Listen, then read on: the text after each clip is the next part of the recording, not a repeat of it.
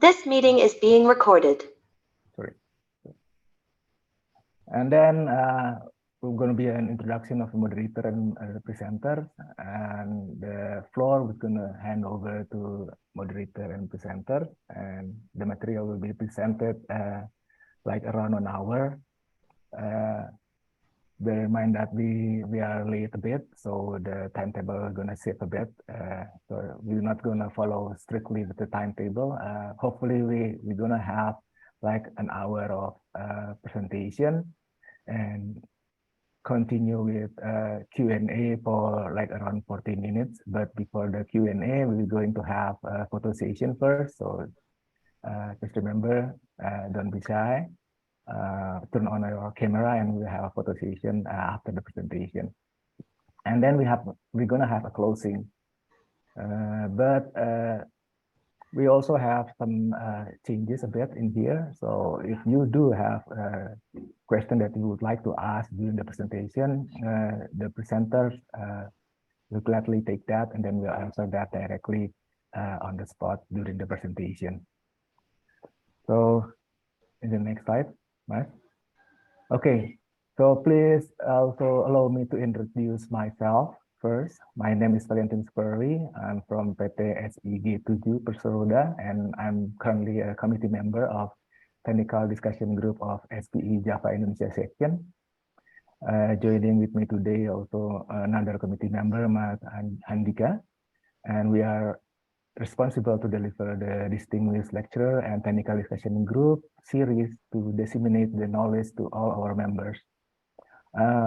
Now we are in the second event of fracturing series, and the topic of our TDG today is about low quality reservoir fracturing, how to deal and overcome with the challenges, which will be presented by our speaker, Mas Tunggal Purwoko from Pertamina Hulu Energy, and the session will be moderated by Mas Mario Hadinata Prasetyo from Pertamina Hulu Horokan. Before we start, let me explain a few house rules, as you can see in the screen now. So mostly participants will be muted during presentation.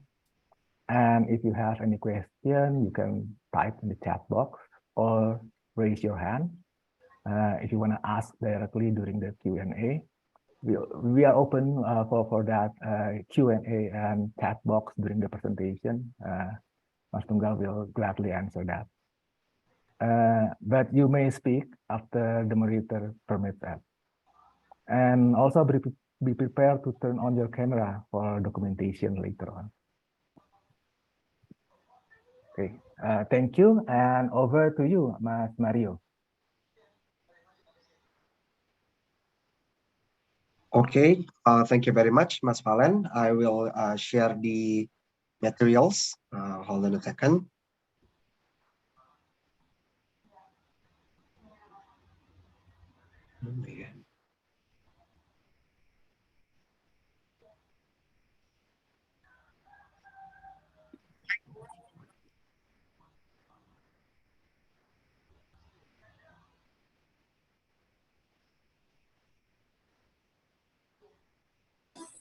Okay, first, does anybody already see the my sharing?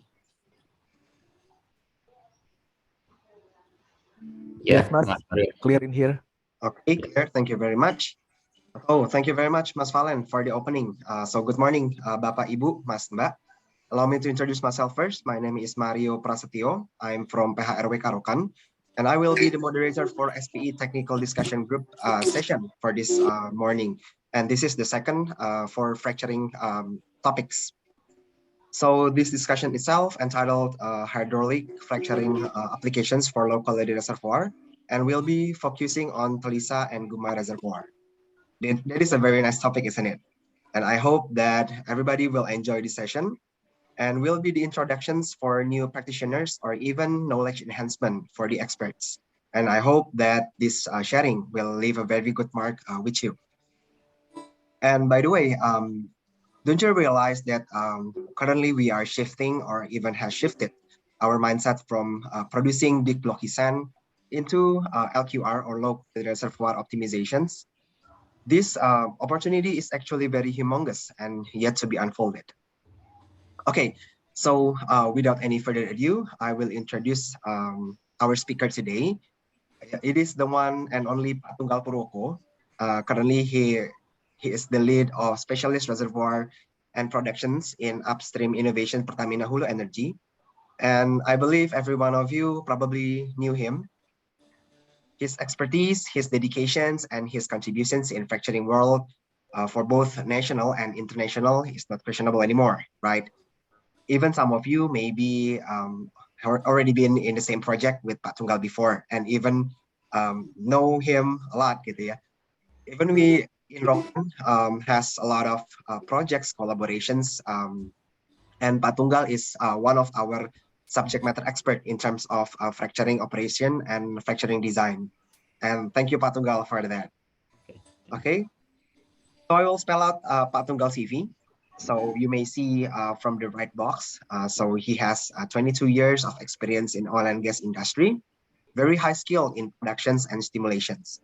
He was graduated from Universitas Gadjah Mada with chemical engineering major, and then joined Schlumberger Well Service Indonesia in 2000 until 2010 as stimulation field engineer, and then promoted to be district. Konseven itu kan mau gelar konser. And then he was expert in sun control, hydraulic fracturing, matrix treatment, operation in Sumatra. And then he joined Pertamina in 2010 as production specialist to become a lead specialist for reservoir and production in upstream innovations of PT Pertamina Hulu Energy. And currently, he is the advisor and instructor for hydraulic fracturing, matrix treatment, and production optimization across PT Pertamina Hulu Energy, as well as member of ESG team. And then, so the sharing will be delivered in 2 languages, in Bahasa and also in English, and will be set as open discussion. So if you guys have any questions, you may straightly ask, or even will be encouraged to type your questions in the chat box. And I will read the questions in the chat box. But just in case, if you found something very interesting, you may raise your hand and I'll let you speak or directly ask the question. So I think everybody knows Pak Tunggal already, and I'll give it to you, Pak Tunggal. So everybody, please welcome Pak Tunggal Purwoko. Oke, thank you. Good morning, everybody. Selamat pagi ya. Saya akan membawakan presentasi dengan bahasa Indonesia aja biar lebih lancar ya. Jadi kita diskusi aja hari Sabtu pagi, jadi kayak bincang bareng lah. Oke, mungkin lanjut ke slide aja. Oke ya, jadi presentasi saya adalah hydraulic frac application for low quality reservoir focusing on Telisa or Gume reservoir. Jadi nanti di presentasi ini hanya fokus di Gume dan Telisa dan di fracturing jobnya. Jadi tidak membahas masalah GGR dan lain-lain ya. Kita focusing di frac treatmentnya. Jadi pembatasan topiknya di situ. Jadi nanti kawan-kawan kalau ada yang mau nanya ya di topik yang ada ya, sebatas pekerjaan frac yang dilakukan. Oke, lanjut Mas Mario.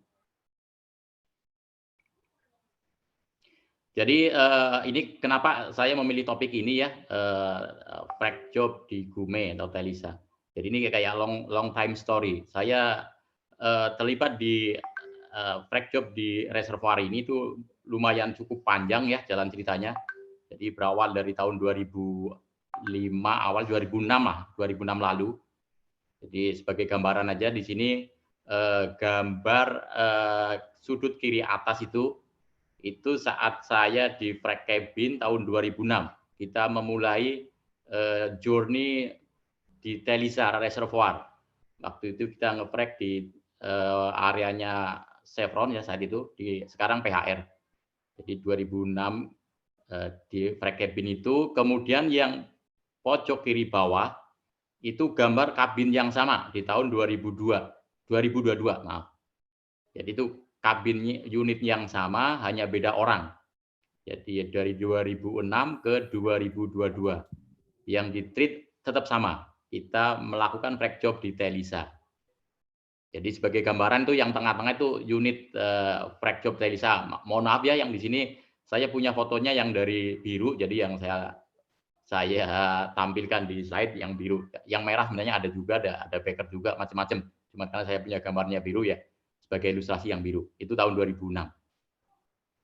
Kemudian kenapa itu menarik ya Telisa? Jadi di sini saya coba tampilkan di sudut kanan bawah itu salah satu gambaran produksi dari sumur Telisa atau Gume ya. Jadi masing-masing ada namanya sendiri-sendiri.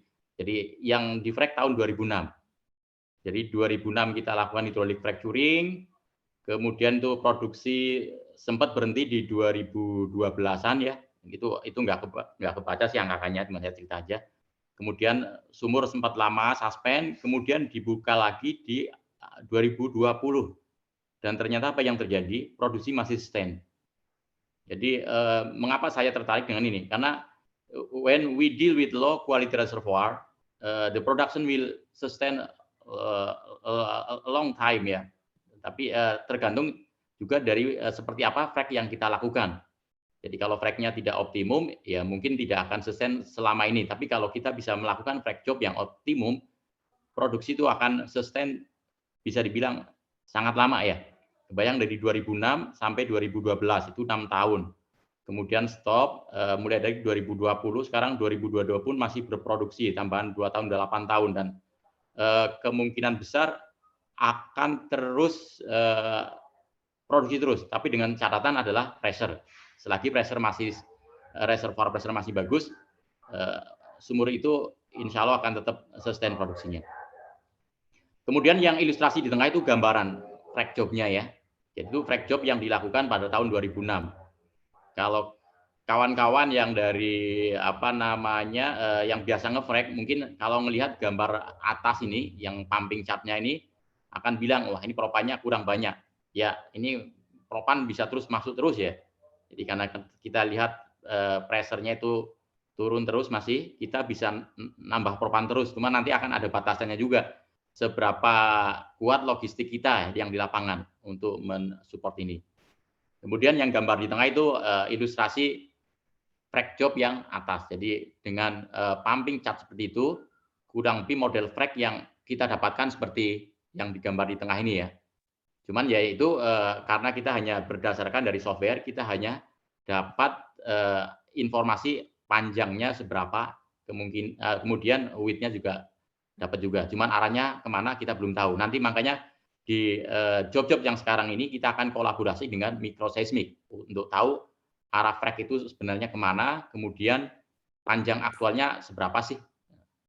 Jadi kurang lebih ini ringkasan perjalanan saya dengan Telisa atau Gume ya. Jadi ada yang nyebut Telisa, ada yang Gume, jadi itu setara. Jadi dari tahun 2006 sampai sekarang masih ongoing, udah berapa ya, udah 16 tahun, dan mungkin sampai saya pensiun pun akan tetap berurusan dengan reservoir ini karena sangat menarik. Oke, lanjut Mas Mario.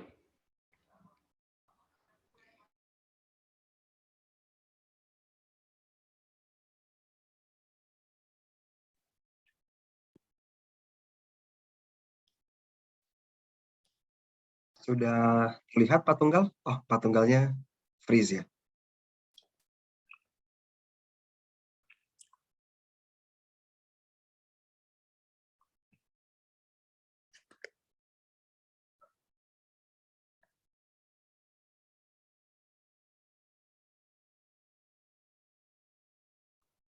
Some technical issues dari Mas Tunggalnya ya.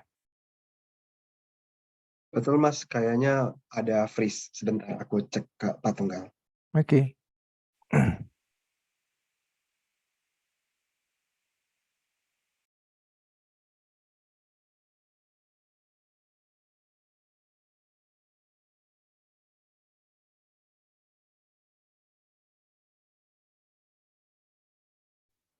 So there's some technical issues. So everybody, please wait a moment. We're gonna fix this.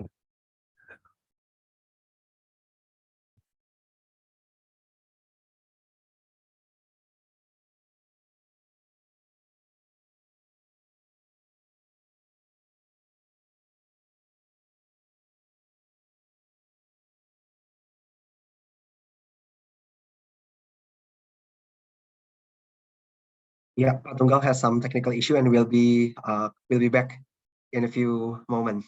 Hold on a second. Is it the internet connection? Power outage, Mas. Oh, power outage. So he's changing to his phone. Okay. Yeah. Okay. He could actually not using video for better connection if he use the phone. It's fine, I think. Sure. Since the slide pack is coming from your screen, ya, Mas Mario. Yeah, So, yeah. sharing. Oh, nih, Pak Tunggal is already inside the room.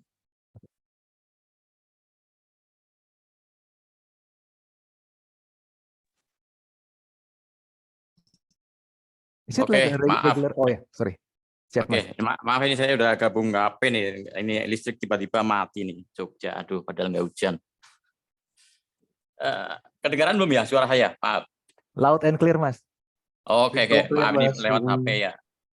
Oke, lanjut ya. Jadi kenapa kita sih fokus di Gume atau Telisa ya? Jadi yang pertama adalah ini spreadingnya itu sangat luas sekali. Jadi kita akan ketemu Gume atau Telisa itu dari mulai di Rokan, di Rio, di Blok Rokan, kemudian Jambi, Sumatera Selatan, sampai offshore West Java. Jadi di offshore West Java pun kita ketemu yang namanya Gume ataupun Telisa ini. Jadi spreadingnya itu mungkin yang bisa ngalahin mungkin talang akar ya, jadi sama kayak talang akar.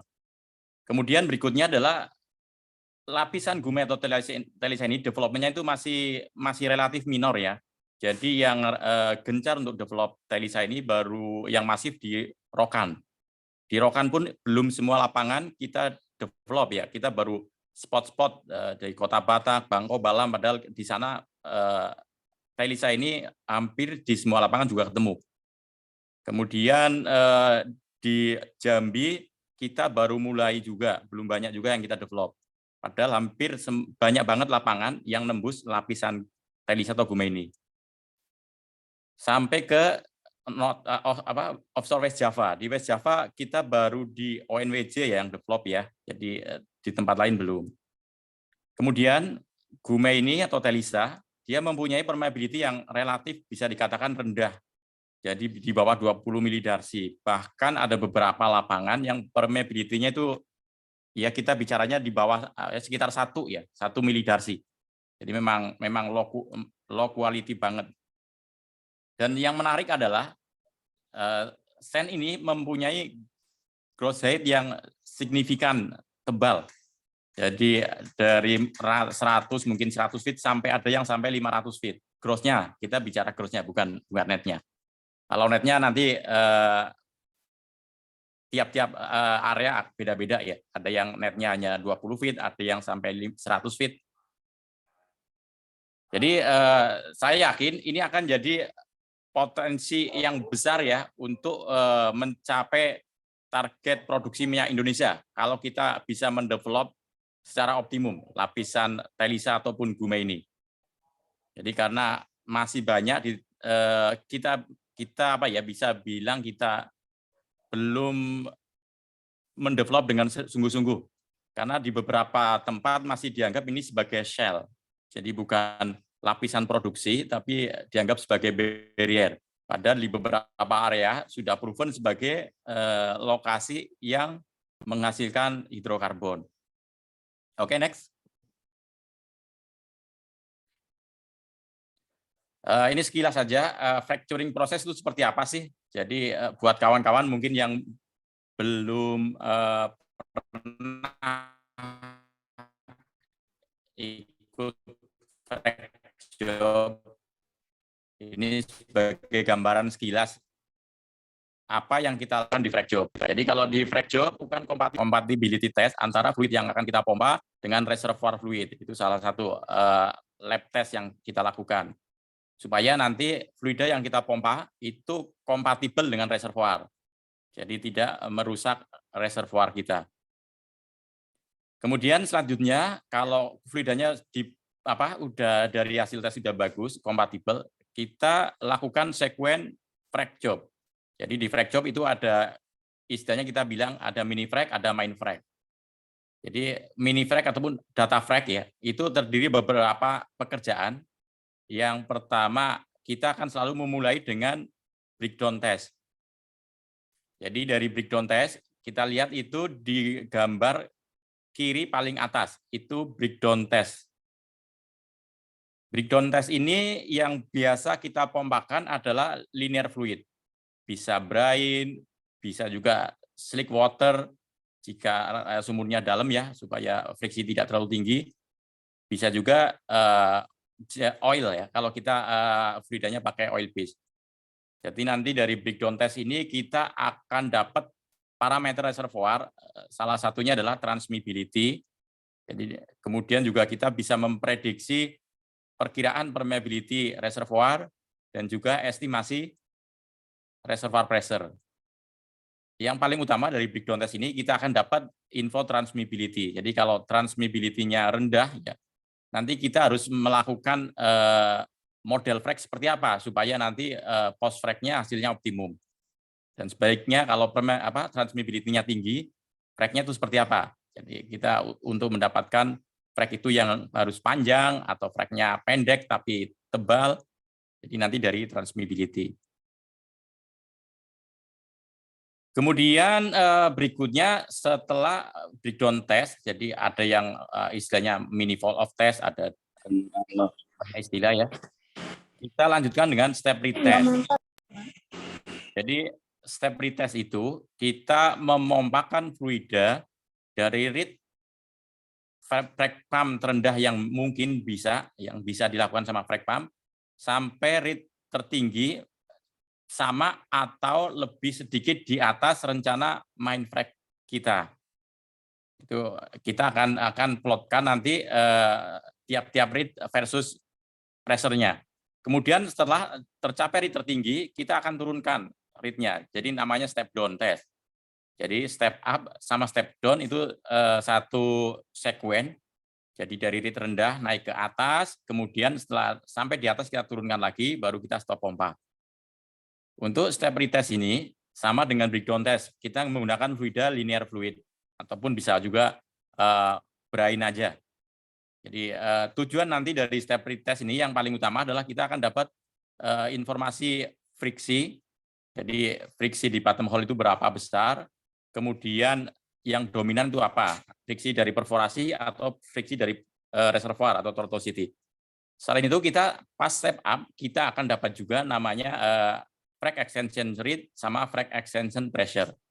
Jadi kita akan dapat info rate minimum di mana reservoir kita itu akan pecah. Kita akan dapatkan dari step retest ini.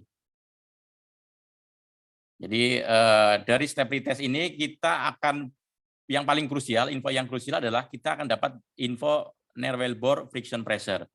Jadi dari near wellbore friction pressure itu kita bisa do something jika angkanya terlalu tinggi. Untuk cut off tinggi rendahnya itu ada yang pakai cut off 600 PSI, PNWP itu cut off-nya 600 ke atas itu tinggi, ada yang 800. Jadi nanti lebih ke arah praktikal juga ya. Jadi kalau saya pribadi cut off di 600. Jadi kalau kita punya PNWP 600 PSI ke atas, kita harus do something. Misal kita pompakan sand slag pas nanti main frac. Kemudian setelah step retest, kita lanjut dengan mini frac. Jadi mini frac ini hampir mirip dengan breakdown test, hanya beda di fluida. Jadi fluida pas kita lakukan mini frac adalah fluida yang akan kita gunakan untuk main frac. Jadi sebagai gambaran di sini tuh yang gambar di tengah itu ya ada fluida yang kental banget ya. Nah, itu yang putih kental itu fluida yang kita pompakan pas mini frac. Jadi crosslink fluid. Dari mini frac ini kita akan mendapatkan info yang paling utama adalah fluid efisiensi. Selain yang lain-lain kita akan dapatkan juga, cuman yang paling utama di sini kita dapatkan fluid efisiensi. Karena fluid efisiensi itu yang akan membawa kita untuk mengenerate pumping schedule di main frac. Jadi dari fluid efisiensi nanti kita akan generate pumping schedule. Ini contoh pumping schedule yang di kanan atas. Itu contoh pumping schedule-nya. Nanti di situ ada pad, ada slug. Kalau ini slug karena kita punya PNWB tinggi, kemudian masuk ke slurry stages. Jadi slurry stages itu kalau dilihat di gambar itu kurang lebih gambar yang tengah yang sebelah kanan itu. Jadi yang agak kelabu. Jadi itu slurry stage adalah campuran antara crosslink dengan propan. Jadi kalau yang pad saja itu yang gambar yang tengah sebelah kiri itu yang masih putih, setelah jadi slurry itu campur dengan propan sehingga warnanya agak kelabu seperti itu. Kemudian pumping schedule-nya kita pompakan. Ini gambarannya ya, ini gambaran dengan pumping schedule yang di kanan bagian atas kita lakukan pemompaan main frac. Dari main frac ini kemudian kita setelah selesai kita akan lakukan matching pressure. Kemudian kita dapat seperti apa sih frac kita? Ya, ini frac kita dapatnya di kanan bagian kiri. Itu gambaran frac kita yang terbentuk dengan pumping schedule yang ada. Kemudian pumping chart-nya seperti yang ada di gambar itu, main frac chart. Kemudian dari situ kita akan dapat peroleh parameter apa sih yang dari main frac ini? Kita akan dapat info frac length, kemudian prop width, fracture width, concentration area, frac conductivity, dan juga conductivity concentration area, dimensionless frac conductivity. Yang lain-lain juga banyak sebenarnya. Nanti kalau kawan-kawan yang sudah mau nge-frac atau pernah mempelajari post job frac akan dapat banyak info di situ. Ini kurang lebih gambaran proses gilas frac itu seperti apa, dari mulai breakdown, step retest, mini frac sampai ke main frac. Oke, lanjut next. Kemudian ini, di mana sih Gume atau Telisa atau juga masif ya? Ada yang menyebutnya masif reservoir itu. Jadi penyebarannya kurang lebih seperti ini ya, dari Riau, Jambi, Sumatera Selatan sampai ke offshore West Java. Jadi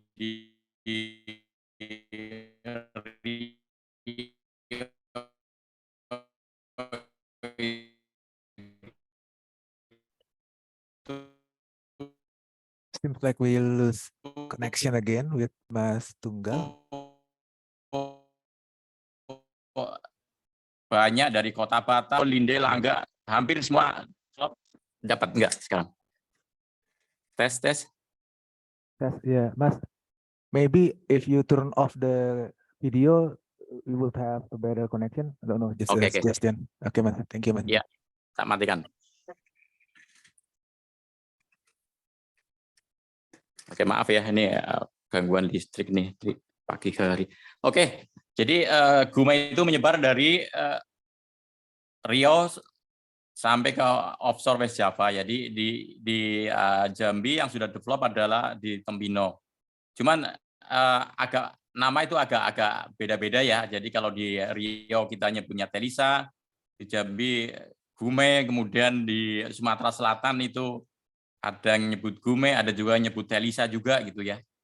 Jadi kalau di Sumatera Selatan kita ketemu misalnya di Bentayan, di Musi, Limo, Tanjung Laban, Kaji Semoga, kemudian di koridor blok kita ketemu juga Telisa. Kemudian kalau di offshore West Java kita menyebutnya Gume ataupun masif. Jadi itu sebenarnya sama itu, setara ya antara Telisa, Gume, masif itu reservoir yang setara, jadi shallow marine sand. Jadi kalau di offshore West Java kita ketemu misalkan di Krishna, di Eko, dan hampir semua areanya PHEOSES ya, kita ketemu dengan Gume ini. Jadi sebagai apa ya gambaran, jadi kita punya sesuatu yang menyebar sangat luas dari Riau sampai offshore West Java. Dan itu belum didevelop dengan bagus ya, masih banyak yang belum didevelop. Jadi ini saya sebagai input buat kawan-kawan aja ya, mari kita develop bareng-bareng ini reservoir yang low quality tapi menjanjikan. ada isinya di situ. Ayo bareng-bareng kita kembangkan bagaimana caranya, ya tadi dengan salah satunya dengan fracturing itu. Oke, lanjut. Next.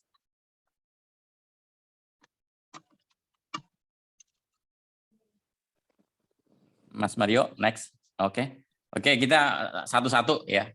Sekarang kita masuk ke Rio. Di area Rio kita ketemu Telisa ini dari kedalaman 600 feet sampai ke 4.500 feet. Jadi sangat ranging ya ininya, reservoir depth-nya. Yang dangkal banget sampai yang relatif dalam. Untuk di area Rio ini, terutama di Blok Rokan ya, kita melakukan frac job menggunakan propan dari 1220, 2040 natural sand sampai dengan 1218 sampai 2040 keramik propan. Jadi pada area-area yang dangkal kita bisa menggunakan natural sand saja untuk mengoptimalkan biaya supaya treatment itu bisa lebih murah. Karena pada area yang dangkal natural sand itu cukup untuk menahan in situ stress dari reservoir. Jadi crash resistant dari natural sand itu sudah cukup untuk menahan in situ stress reservoir. Untuk lapisan yang dalam yang sampai dengan 4.500 baru kita gunakan intermediate strength propan atau keramik. Di sini tujuannya supaya frac setelah nutup propan kita nggak pecah ya. Kalau pada area yang dalam kita menggunakan natural sand bisa juga nggak ada masalah, tapi dengan catatan kita gunakan natural sand yang crash resistance-nya tinggi juga. Jadi cukup untuk menahan in situ stress yang ada. Jadi ini gambarannya ya. Kita melakukan frac di area Rio. Di sini kita propan volume itu sampai dengan 1.000 pon per feet frac height. Kalau mengacu ke Pak Yando, beliau ingin sampai 3.000. Jadi nanti mungkin ke depan kita akan pelan-pelan naikin dari 1.000, mungkin naik ke 2.000 sampai nanti ujungnya kita pengen ngejar ke 3.000 pon per frac height. Untuk fluida sendiri, kita gunakan crosslink fluid dari mulai gel loading 30 pon sampai dengan 40 pon. Ke depan kita ingin menurunkan gel loading ini juga supaya hasil frac lebih bagus lagi. Kita mungkin akan memulai dari 20 pon gel loading untuk sumur-sumur yang dangkal yang kedalaman 600 sampai mungkin sampai 1.000 feet ya. Kemudian untuk yang sumur yang dalam sampai dengan 4.500 feet, kita pelan-pelan akan menurunkan dari 40 ke 35 dan mungkin nantinya kita sampai ke 30 pon. Jadi kenapa kita ingin menurunkan itu? Supaya kita dapat conductivity frac yang optimum untuk mengurangi damage dari frac gel. Jadi ini sebelah kanan gambaran frac yang kita lakukan di area Rio, di lapangannya Rokan. Jadi yang bagian atas itu gambaran frac pada sumur yang dangkal. Jadi pada sumur yang dangkal itu kita gunakan metode live annulus, jadi tanpa packer di sini. Sehingga kita bisa monitor frac itu real time langsung. Apa yang terjadi di bottom hole kita bisa langsung monitor di annulus. Pada kondisi ini kita bisa memompakkan frac itu dengan optimum karena kita bisa tahu di bottom hole itu seperti apa sih kondisinya. Jadi misalkan surface pressure kita ada masalah, mungkin ada erratic reading, tapi selagi kita annulus pressure masih aman, kita go ahead aja. Jadi lanjut aja terus. Jadi kita patokannya adalah annulus pressure. Ini nanti juga challenge buat kawan-kawan yang punya Telisa atau Gume di reservoir yang dangkal, kalau memungkinkan kita gunakan live annulus saja. Karena dengan live annulus kita bisa langsung tahu real time bottom hole pressure. Kemudian seandainya terjadi screen out pun, kita itu simple untuk clean up sumur. Jadi kita tinggal reverse circulate, dari anulus keluar tubing. Kemudian yang bagian bawah itu contoh frac job di Telisa yang dalam. Ya, dari situ yang warna merah itu yang ditunjukin kursor, yang warna merah itu bottom hole pressure yang direkod dari memory gauge. Jadi ini memori. Kita akan tahu setelah jobnya selesai, kita unload data dari memory gauge, baru nanti kita matchkan dengan job data. Jadi yang bawah yang warna jingga itu pumping pressure. Itu pumping pressure itu yang kita bisa peroleh pas lagi pumping. Jadi nanti dari sini kita bisa lihat ya, respon pumping pressure itu kan turun terus dengan naiknya propan konsentrasi. Itu faktor karena hidrostatik. Cuman kalau kita lihat di bottom hole-nya itu relatif naik terus. Jadi semacam kayak fragnya packing, cuman tidak terlalu packing. Jadi kalau ngelihat kita masih punya space untuk add more propan di sini. Dari respon pressure-nya masih naik tapi belum terlalu stiff. Jadi kita masih punya chance untuk nambahkan propan. Mungkin kedepannya yang ini karena kita baru bermain 1000 pound per feet frac height. Kita bisa nambahkan sampai mungkin naik nanti ke 2000 pound per frac height atau mungkin ujungnya sampai ke 3000. Ini untuk area Rio, gambaran untuk area Rio. Oke, next. Kita move ke Jambi. Jadi di Jambi, Telisa atau Gume itu ketemu di banyak struktur sebenarnya ya, di banyak lapangan. Cuman yang baru kita develop adalah di Tempino. Jadi di Tempino ini kita ketemu Gume di kedalaman 1000 sampai dengan 1100 meter. Jadi hampir sekitar 3.300 sampai 4.000-an feet ya. Di Gume ini di Tempino ini karena relatif agak dalam, kita gunakan propan yang ISP, intermediate strength propan atau keramik propan. Ada yang kita gunakan 12-18 mesh, ada juga yang 20-40 mesh. Kemudian untuk jumlah propan yang kita pakai itu sampai up to 1000 pound per feet frac height. Jadi untuk typical frac treatment per sumur itu sekitar 70 sampai 120.000 pound propan yang kita gunakan di sini. Untuk fluidanya sendiri kita gunakan crosslink fluid dengan gel loading 30 dan juga 35. Mungkin nantinya kita akan coba terus stay dengan 30 atau mungkin kurangi lagi dari 30 untuk mendapatkan hasil frac yang lebih bagus. Jadi untuk Jambi kita baru di satu lapangan saja yang kita develop. Harapannya ke depan kita bisa mendevelop lebih banyak lapangan. Ini contoh frac yang kita lakukan. Jadi kita bisa lihat ini log Gume di Jambi seperti ini.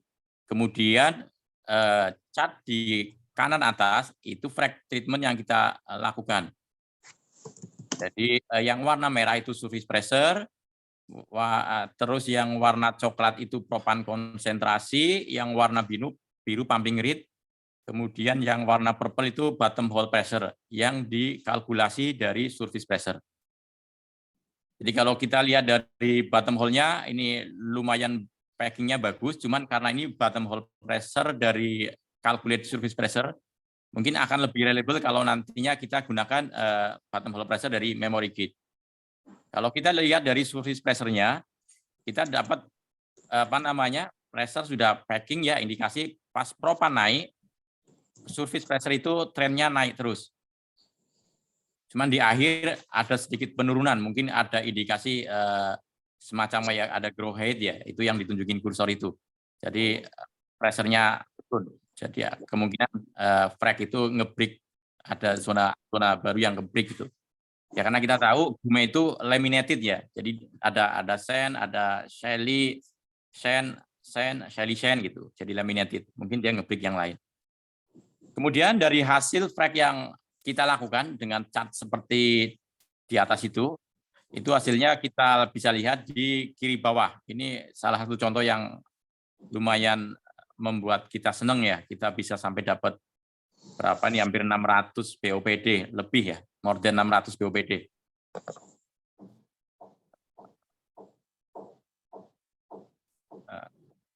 Mario, slide-nya hilang Mario.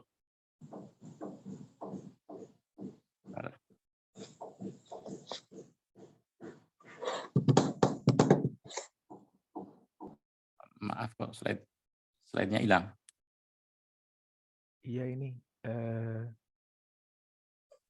I think we lost Mas Mario ya, Mas Tunggal. Oke. Okay, let's just wait.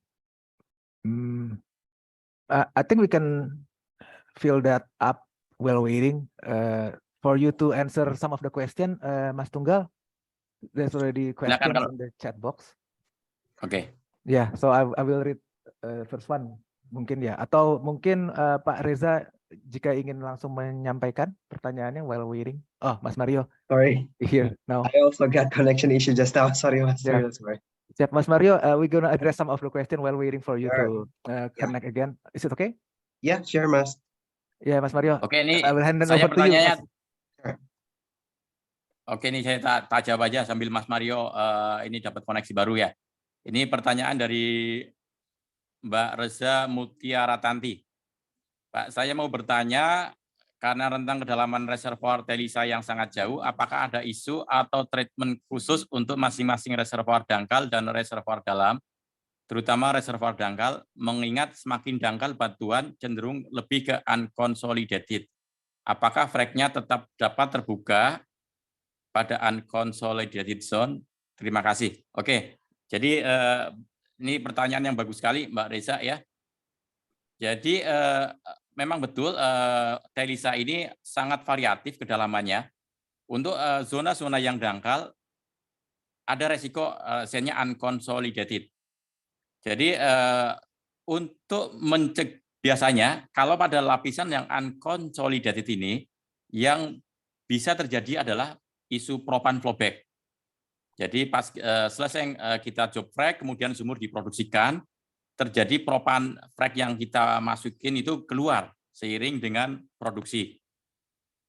Jadi pada sumur-sumur yang dangkal ini, salah satu treatment yang kita lakukan adalah penggunaan flowback control.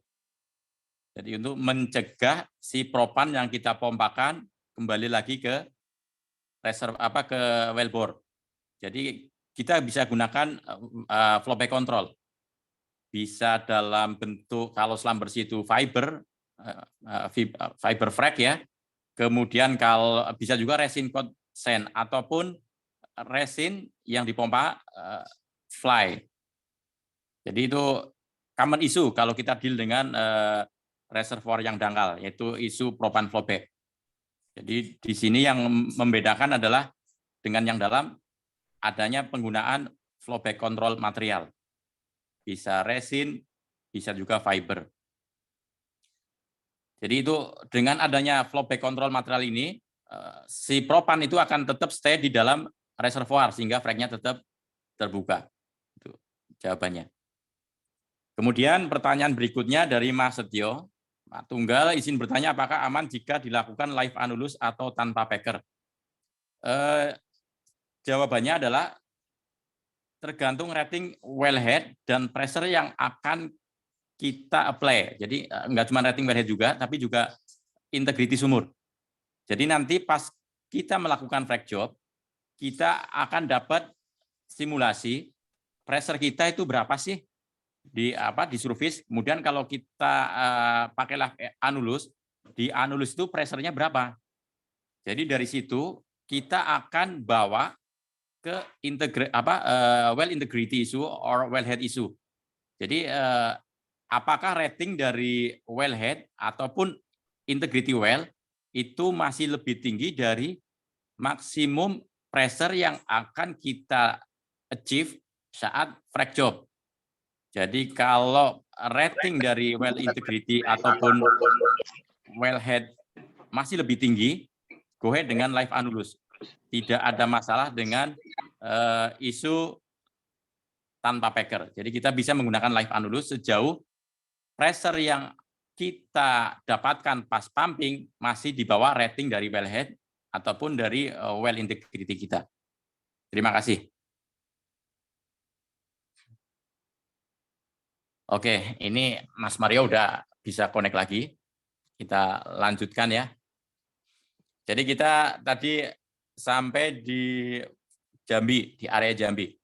Jadi dari frac treatment yang ada seperti di gambar ini, kurang lebih ini yang kita dapatkan.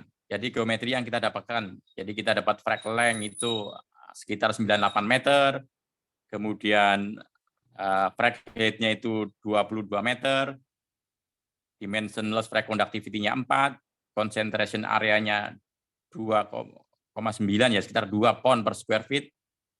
Kemudian conductivity-nya itu 5.300 milidarcy feet. Jadi kalau kita mengacu ke presentasi sebelumnya dari Pak Yando, jadi salah satu parameter frac adalah fracture conductivity, dimensionless frac conductivity, concentration per area, kemudian frac width. Jadi angka-angkanya kalau mengacu dari presentasi sebelumnya ini udah oke semua. Ya, dimensionless frac conductivity 1 sampai 10. Di sini kita dapat 4. Ya, jadi udah oke. Kemudian frac conductivity itu minimum di 3.000 milidarcy feet. Di sini kita dapat angka 5.300, jadi udah oke. Kemudian concentration per area at closer itu 2. Di sini kita dapat angka 2, jadi pas. Jadi untuk frac width di atas 0.1 kita dapat 0.4. Jadi secara parameter frac ini udah optimum sebenarnya. Jadi next-nya untuk area Jambi ini kita pengen melanjutkan, jadi nggak cuma di Gume-nya Tempino, tapi kita lakukan frac job juga di Gume, di lapangan-lapangan yang lain yang ada Gume-nya, misal di Ketaling ataupun di Sungai Gelam. Jadi kita ingin membawa nanti dari Tempino ke area yang lain. Oke, lanjut ke next slide. Oke, kita lanjut ke Sumsel. Jadi di Sumsel ini sebenarnya lumayan banyak aktiviti frac di Telisa ataupun Gume ini. Jadi ada dari Medco, kemudian dari Pertamina. Cuman karena datanya yang ada saja dari Pertamina, saya fokus ke Pertamina saja ya. Jadi di Sumatera Selatan ini, Gume salah satunya ketemu di Tanjung Laban. Sebenarnya di tempat lain ketemu juga, ada di Bentayan, ketemu di koridor blok, ketemu di Kaji Semoga juga ketemu. Jadi saya contohkan aja di Tanjung Laban karena saya ikut terlibat di frac di Tanjung Laban ini. Jadi kedalaman tuh antara 700 sampai 800 meter, jadi kisaran 3.000 feet ya. Di sini kita gunakan propan 2040 dan juga 1630 intermediate strength propan atau keramik propan. Ada kedalamannya 3.000-an feet. Sebenarnya bisa juga kita pakai natural sand di sini, tapi dengan catatan natural sand yang crush resistance-nya sesuai untuk kedalaman 3.000 feet. Paling nggak punya crush resistance sampai 4.000 PSI. Kemudian propan volume di sini, ini 300 sampai 500 pound per feet. Jadi ini karena Tanjung Laban ini termasuk era awal pengembangan Gume ataupun Telisa. Jadi kita kayaknya untuk propan memang belum optimum. Kita belum sampai 1.000 pound per feet frac height. Kemudian fluida yang digunakan crosslink fluid, J-loading 35 dan juga 40. Sepertinya masih ketinggian ini. Nanti ke depannya kalau kita mau optimasi memang bisa turunkan. Jadi ini karena masih development awal, kita masih bermain agak safe ya. Jadi J-loading-nya tinggi, kemudian propan volumenya masih kecil. Jadi ini contoh treatment di Tanjung Laban. Ini bacanya dari atas ke bawah. Jadi yang paling atas itu chart pumping chart. Kelihatannya di sini ya, pumping chartnya itu pressure-nya rata aja. Jadi ada indikasi kita masih bisa nambah terus ini propannya. Jadi propannya masih belum ada packing ya, indikasi packing, jadi ya, kita kurang propan sebenarnya. Kemudian di gambar yang tengah itu dengan pumping chart tersebut kurang lebih frac kita seperti apa sih? Nah, itu frac kita seperti itu. Jadi frac kita seperti itu, kemudian di bagian bawah itu parameter fracnya. Jadi kita memang kelihatan kurang optimum ya. Kita frac length-nya krititnya 95 feet, tapi yang terisi propan hanya 79 meter. 95 meter terbentuk, 79 terisi. Jadi ada space kosong hampir 15 meter enggak terisi propan. Jadi kita kurang propan sebenarnya. Frac height-nya 27. Kemudian kita lihat di concentration area after closure. Ini masih 0,6. Jadi masih jauh dari angka 2. Kemudian frac conductivity-nya udah oke, udah dapat 3000. Dimensionless frac conductivity itu baru 1,4. Jadi mendekati batas bawah. Jadi 1 sampai 10 ini di batas bawah. Memang dari ini kelihatan kurang optimum ya. Dari sisi pumping chart itu masih rata, kita belum ada indikasi frac-nya itu packing. Kemudian dari frac yang terisi propan ada 15 meter yang kosong ya. Jadi memang 300 sampai 500 pon per frac height itu bisa dibilang sangat kurang. Kemudian selanjutnya yang di sebelah kanan, jadi itu pumping chart-nya, ini kita dapat pressure-nya udah lumayan naik sebenarnya di sini. Kemudian di bawah itu modelnya seperti itu, dan ringkasan di bawah kita bisa lihat ya, length krititnya itu 83 meter, propnya 82 meter. Jadi hampir semua frac yang kita bentuk terisi propan. Dari sini kita lihat parameternya yang lain, concentration per area 0,5, ya memang masih kecil ya, kita masih jauh dari angka 2. Frac conductivity-nya 2200 ya, masih di bawah 3000. Dimensional frac conductivity-nya 0,7 ya. Ini bisa dibilang memang belum optimum. Ini awal-awal ini. Jadi kayaknya memang nantinya ke depan kita bisa refrac lagi nih Tanjung Laban. Tapi dengan catatan ya, di Tanjung Laban ini frac-frac yang awal kita sukses karena reservoir pressure itu masih bagus. Kemudian di frac-frac yang akhir kita banyak tidak berhasil. Ternyata apa? Reservoir pressure-nya drop. Jadi dari sini kita dapat lesson learn yang paling krusial. Salah satu kesuksesan frac di TDI 1 Gume adalah reservoir pressure. Jadi selagi reservoir pressure itu tinggi, insya Allah kita hasilnya bagus. Tapi jika reservoir pressure sudah drop, ya kita nggak akan dapat hasil yang bagus tanpa kita menaikkan reservoir pressure lebih dulu. Jadi yang bisa kita lakukan adalah kita combine frac dan injeksi. Jadi nanti dari injeksi itu maintain reservoir pressure, dari frac-nya itu kita akan dapatkan conductivity. Jadi dua-duanya harus jalan. Jadi Tanjung Laban ini jadi knowledge yang sangat penting, di mana pressure itu sangat berperan di TELISA ini. Jadi walaupun frac-nya bagus, tapi ternyata reservoir pressure-nya udah depleted, hasilnya ya tidak akan menggembirakan. Jadi kita harus combine dua-duanya, frac dan pressure maintenance. Kemudian dari parameter frac-nya kita lihat jadi memang belum optimum di sini. Jadi masih ada celah kita untuk mengoptimalkan frac, baik dari sisi propan volume, paling enggak kita ngejar ke 1000 pon per feet frac height, ataupun juga kita dari sisi frac gel-nya kita coba nanti kurangi. Jadi jangan pakai gel loading yang tinggi, tapi kita turunkan bertahap. Jadi kalau meminjam istilah Pak Yando, kita harus ada kemajuan untuk tiap frac. Jadi dari frac yang ini ke frac berikutnya harus ada sesuatu yang lebih maju gitu. Oke, next. Kalau belum ada pertanyaan, kalau ada pertanyaan silakan. Ada pertanyaan Pak Tunggal. Ini dari Rahmawan Rena. Jadi untuk memaksimalkan reservoir kontak, apa development plan untuk Gumai atau Telisa akan termasuk horizontal drilling dan multi-stage fracturing seperti yang lazim dilakukan di Amerika? Apakah ada plan-nya, Pak? Itu pertanyaan yang akan segera dijawab ini sebenarnya. Tahun depan nih tapi ya.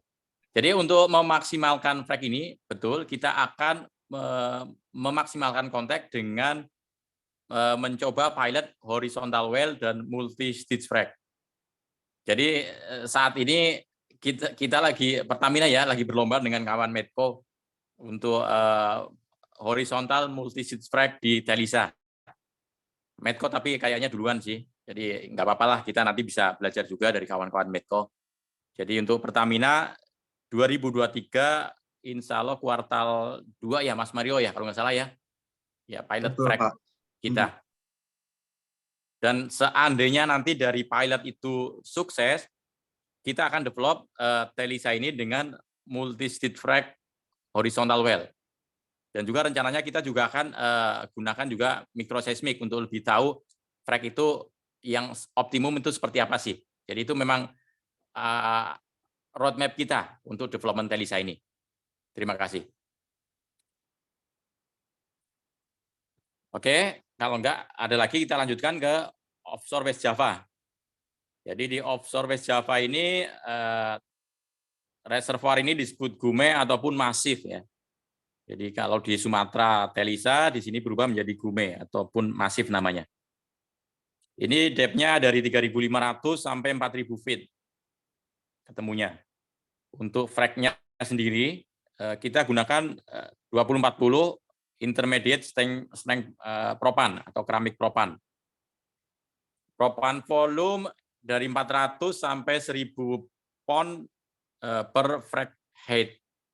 Jadi yang awal-awal kita 400, terakhir-terakhir kita optimasi desainnya sampai ke 1.000 supaya hasil frac-nya lebih optimum. Kemudian frac fluidnya kita gunakan 35 dan 40 pon crosslink guar. Kedepannya kita akan coba reduksi. Jadi dari 35 mungkin kita akan down to 30 ataupun kita gunakan fluida yang lain. Tapi kita awalnya kita akan coba reduksi gel loading-nya dulu.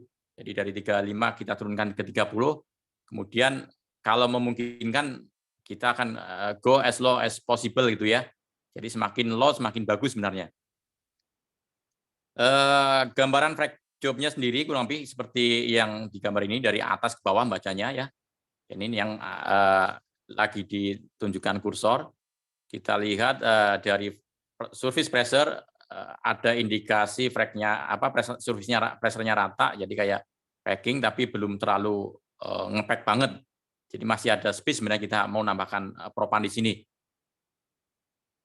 Kemudian kalau dari bottom hole-nya, ini di sini kita gunakan memory gauge sebenarnya, bottom hole memory gauge. Kita lihat pressure-nya cenderung naik terus.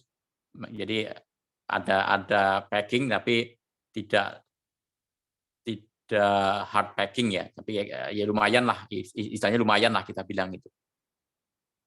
Kemudian model frac-nya seperti yang gambar tengah itu, jadi frac-nya itu cenderung grow height ya, karena memang Telisa atau gume ini tidak bisa dibilang tidak punya barrier yang kuat ya, jadi dia adalah selisend, jadi dia cenderung grow height juga. Kemudian parameter frac-nya itu paling bawah, kita coba lihat.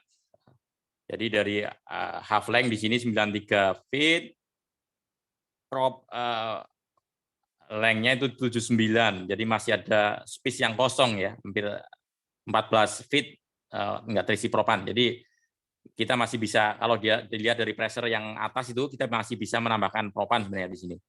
Cuma nanti larinya ada logistik, cukup nggak logistik kalau kita nambah propan. Kemudian dari average propan concentration ini udah dapat lumayan bagus sebenarnya, 5 pon per square feet, conductivity dapat 6.000, dimensionless conductivity dapat 3,59. Jadi secara overall sih frac-nya udah oke nih. Dari parameter yang kita perlukan, dari conductivity dapat di atas 3.000, FCD dapat 3,5 ya, 1 sampai 10 dapat. Kemudian propan konsentrasi itu 5,25, target kita paling nggak 2. Jadi udah oke ini sebenarnya. Kemudian contoh yang lain, ini di sumur berikutnya ya, kita kalau dari surface pressure kita dapat packing ini, kelihatan packing pressure-nya naik sangat signifikan. Kemudian dari model frag-nya sama ya, tipikal gume ya, karena dia silicen, jadi cenderung akan grow high juga di sini. Jadi kan nggak punya barrier. Kemudian parameter frag-nya kita peroleh half length-nya itu 184 feet, prop length-nya 170, dimensionless frag conductivity 2,9, propan concentration average 2,9 1,57 pound per square feet. Ya masih kurang dari 2, tapi udah lumayan lah, udah di atas 1,5. Cuman untuk di offshore West Java ini mungkin tantangannya adalah karena dia offshore ya, untuk nge-frack itu biayanya lebih mahal dibanding di onshore. Mungkin pengembangannya agak lebih lambat ya dibanding yang di onshore nantinya.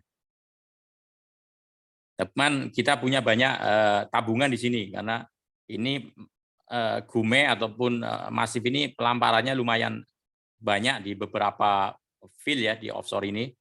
Tinggal nanti ke depannya adalah cadangan yang ada kira-kira ekonomis nggak untuk di-develop kalau di offshore. Kalau di onshore ya kita relatif tutup mata ya karena biayanya nggak terlalu mahal ya. Cuma nanti di onshore challenge kita adalah mendevelop yang paling optimum. Suburnya seperti apa, horizontal multi stage atau vertikal single stage. Lebih seperti itu challenge-nya. Next, Mas Mario.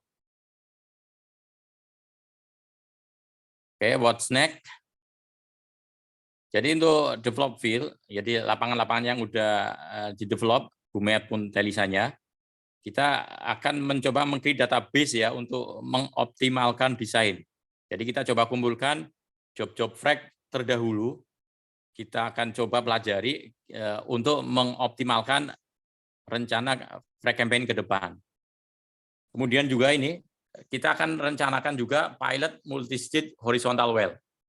Jadi kira-kira ya mohon doanya aja ya nantinya supaya pilot kita itu lancar dan hasilnya bagus supaya ke depan makin bisa berkembang untuk multi-stage horizontal well di Thailisa ini. Kemudian yang utama lagi juga kita gunakan microseismic monitoring for frag geometry and production optimization. Jadi sebagai info buat kawan-kawan semua, bulan Oktober kemarin kita baru pilot microseismic ya di frag Thailisa di Rokan. Harapannya nanti Desember kita akan selesai untuk mengolah datanya. Jadi dari situ kita akan tahu frag kita itu sebenarnya arahnya kemana sih, kemudian panjangnya aktual seberapa panjang. Jadi nanti dari situ kita akan tahu untuk mengoptimalkan lapangan butuh berapa banyak sumur supaya nanti frag antar sumur itu tidak saling interferen. Kemudian yang utama lagi adalah pressure maintenance. Jadi Thailisa itu butuh disupport pressure-nya supaya produksi itu bisa sustain. Jadi yang di gambar awal tadi yang saya sajikan produksi di Thailisa itu dia bisa sustain lama karena ada support pressure maintenance dari injektor. Kemudian yang penting lagi adalah frag campaign for cost optimization. Jadi sekarang kan frag ini lagi jadi idola ya di mana-mana. Jadi kita ada isu kekurangan frag equipment ya karena rebutan. Jadi harapannya nanti kalau kita bisa lakukan campaign, jadi di satu tempat kita taruhlah kita lakukan frag job 5 atau 10 in sequence, itu bisa membuat kawan-kawan dari services itu lebih enak mengatur unitnya, kemudian dari kita juga operator itu mungkin bisa dapat harga lebih bagus. Jadi harapannya kita lakukan campaign nggak spot-spot satu-satu gitu ya. Oke. Kemudian untuk undeveloped field ini masih banyak banget. Jadi jauh lebih banyak undeveloped field daripada developed field ya untuk Thailisa ataupun gume ini. Jadi yang pertama adalah gathering GGR data. Jadi nanti dari situ kita bisa estimasi berapa sih sebenarnya potensi Telisa atau Gume yang belum di-develop ini. Kemudian yang pasti setelah punya data, ya mau nggak mau kita lanjutkan dengan pilot well ataupun walkover dengan existing sumur. Karena rata-rata Telisa ataupun Gume ini sudah ditembus oleh existing well. Jadi kayak di Sumatera Selatan ya, sekarang ini kan area produksinya, reservoir yang produksinya itu di Talangakar ataupun Batu Raja. Telisa atau Gume ini terletak di atas Talangakar ataupun Batu Raja, jadi udah pasti tertembus oleh existing well. Di offshore West Java juga sama ya. Jadi lapisan ini terletak di atas, jadi main target saat ini di bawah, jadi pasti udah ketembus sama existing well. Jadi tinggal kita nanti pelajari dari GCR-nya, kalau memang menarik, kemudian kita lihat well integrity-nya. Bisa nggak kita do frac job from existing well? Jadi kita nggak perlu drill sumur baru, sehingga lebih ekonomis satunya. Kemudian kalau kita udah dapat itu, ya mau nggak mau kita harus lakukan fracturing pilot. Jadi supaya tahu beneran enggak sih ada isinya, ya mau nggak mau harus kita frac. Karena kita tahu sendiri, Telisa ini atau Gume ya, jika tidak dilakukan frac, jarang ada yang ngalir gitu ya. Memang ada 1-2 yang bisa keluar, tapi kebanyakan tidak akan ngalir tanpa dilakukan frac job. Kemudian juga karena masih awal, untuk yang undeveloped field, seandainya dilakukan pilot, ambil data-data untuk mengenerate mechanical earth model untuk KWL-nya. Jadi nanti karena Telisa ini relatif sama untuk satu field ya, jadi dari KWL-nya kita bisa generate mechanical earth model, kita bisa gunakan itu untuk desain frac job di sumur-sumur yang lain. Oke, next. Next, Mas Mario.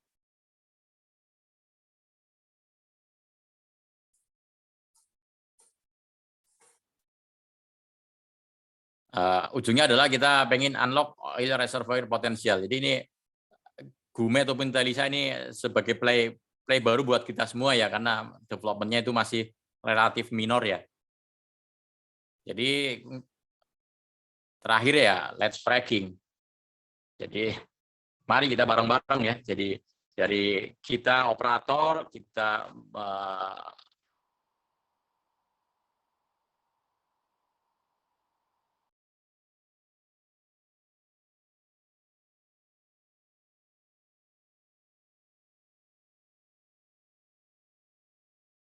Kayaknya hilang lagi ya, Mas Tunggal. Lost connection again, Mas Tunggalnya. iya. Oh ya, ada. Oke, this is last slide from me. Ayo silakan, tinggal go ahead dengan diskusi. Iya, oke. Terima kasih banyak Pak Tunggal untuk sharing sessionnya. So before we continue to Q&A session, we would like to invite you to photo session first. So everybody please turn on your camera and then download the background already in the chat box. Okay, for those who already download the background, you may turn on your camera. Halo Pak Yando.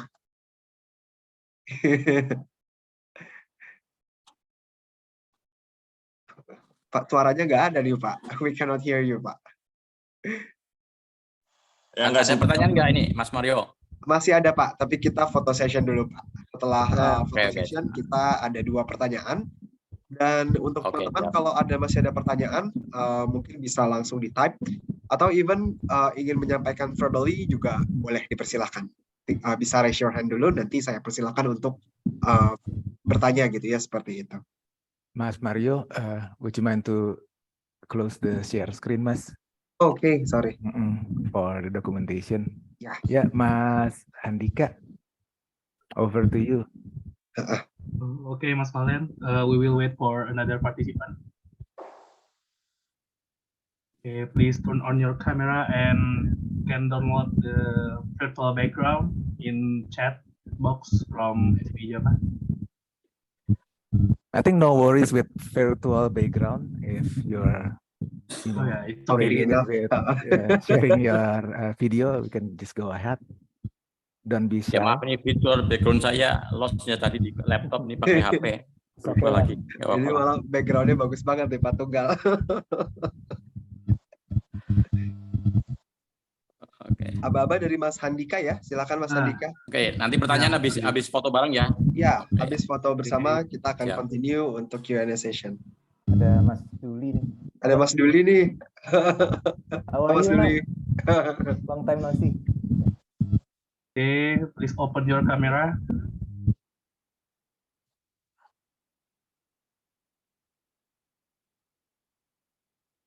Oke, kita tunggu dulu ya nanti yang lain belum open.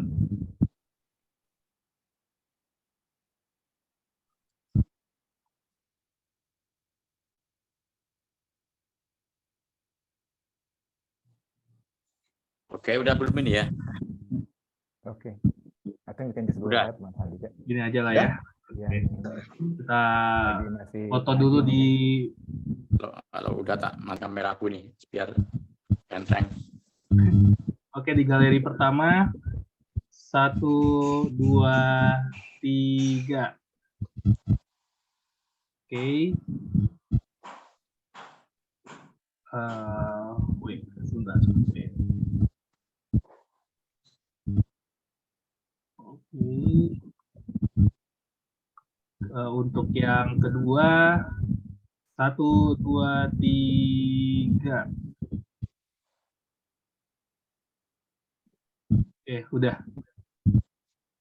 Thank you, Mas. Oke, sudah. Over to you, Mas Mario. Thank you very much. Okay, so we will continue to Q&A session. So this question was raised by Mas Reza Al-Fajri. Halo Mas. So the question is, Pak Tunggal, akhir-akhir ini permintaan untuk frack meningkat seiring dengan naiknya harga minyak di dunia. Nah, frack ini pastinya sangat dipengaruhi keberhasilannya oleh operasionalnya juga. Kira-kira requirement apa yang perlu kita persyaratkan agar service company yang masuk kualitasnya tinggi atau sudah menuju ke tinggi dengan persyaratan tersebut?